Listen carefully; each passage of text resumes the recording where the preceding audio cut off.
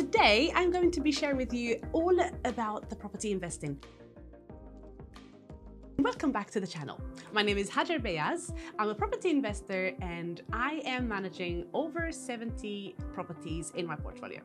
The strategies we are using in my office is HMOs and serviced accommodation.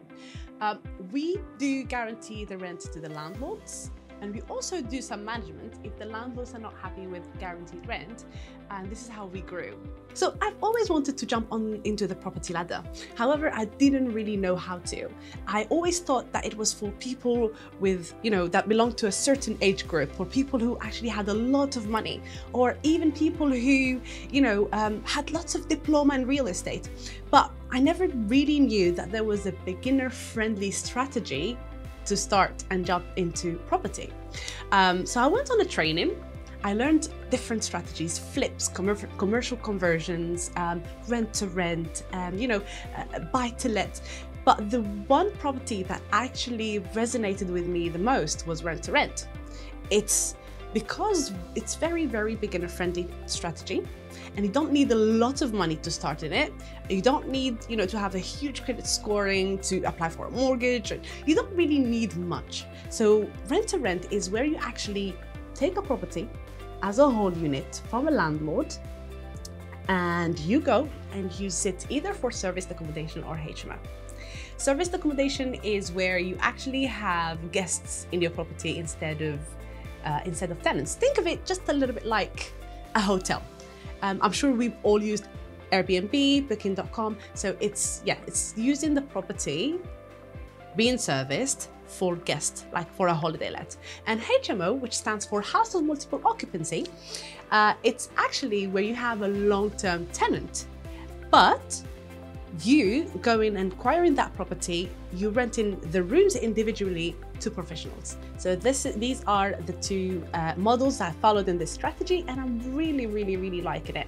At the moment, we are managing over 70 properties, exactly 77 properties in our portfolio. And they're both within HMO and serviced accommodation. Sometimes there are properties that do come to us, but we're not really happy to manage them because they're not in our area. So what we do with them, we source them to other people who do rent to rent in that area. So there's also another model called deal sourcing that we also operate in. But if it falls in our area where we're operating, which is North London, then you know what they say, the first property is always the hardest, right? And it is the reality, it's true, because you don't know what you're expecting. You don't know what to say sometimes to the landlord or the agent.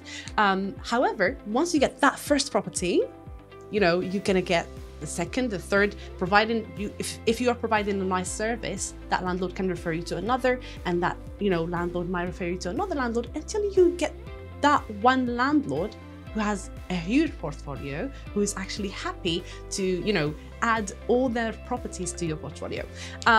My first property is in East London, and it didn't make me a lot of money. Only made me about £400 profit a month.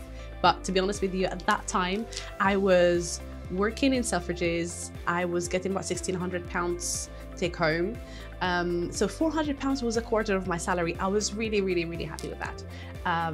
So £400, and then I said, all I have to do is just to duplicate the results, and maybe get a second property and a third property, and maybe why not, if I get to 5 properties, just gonna sack my boss and replace my income. However, it didn't take me long. It took me about 3 properties in the strategy until I actually replaced my income back then. But I continued until I got 5 properties and I quit my job.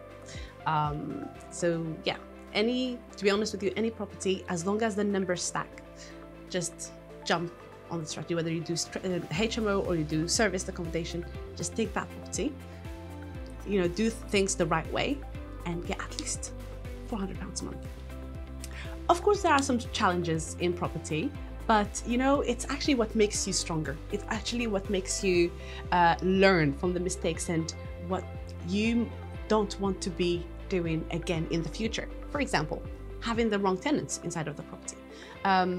It happened that we actually had some bad tenants and we had some antisocial behavior and the neighbors were complaining about it. So, you know, referencing your tenants is I would say the lesson that I've learned. It's not always, I would say, really, really bad, but it's just some challenges that you're going to see and encounter along the way. The easiest bit is when, I would say, the management. I love managing the properties, you know, just having things ready, thinking about when to renew the gas safety certificates, the electrical safety certificates, and working with, we have now a team that we are working with, and I love that because everyone knows exactly what they're doing.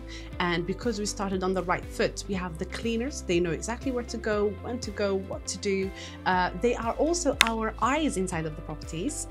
So every time we have a cleaner in every week to go in the HMO and do the cleaning, they can even report things to us. So if the washing machine is not working, they can just tell me, oh, Hadjer, you know what?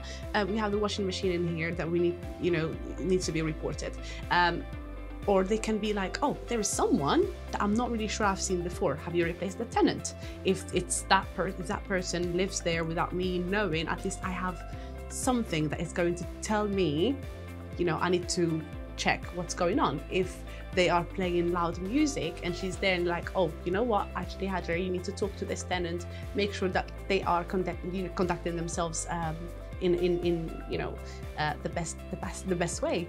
So having a handyman on site as well, because we have so many properties, we have someone in full time, so they always go. There's always something that happens. Handle breaks or light bulb, or maybe the pressure is going low and maybe the radiators after a long summer, they're not going to start operating properly, you know, once we jump into the fall or the winter season. So having someone in the team and knowing what they do, knowing what to do, having them come, collect the keys from the office, go to the property, report back to us whatever things are going wrong, I think is the core element of a successful running business. So I really enjoy property management, and it's not just for our guaranteed rent, it's also for the properties that we manage on behalf of the landlords.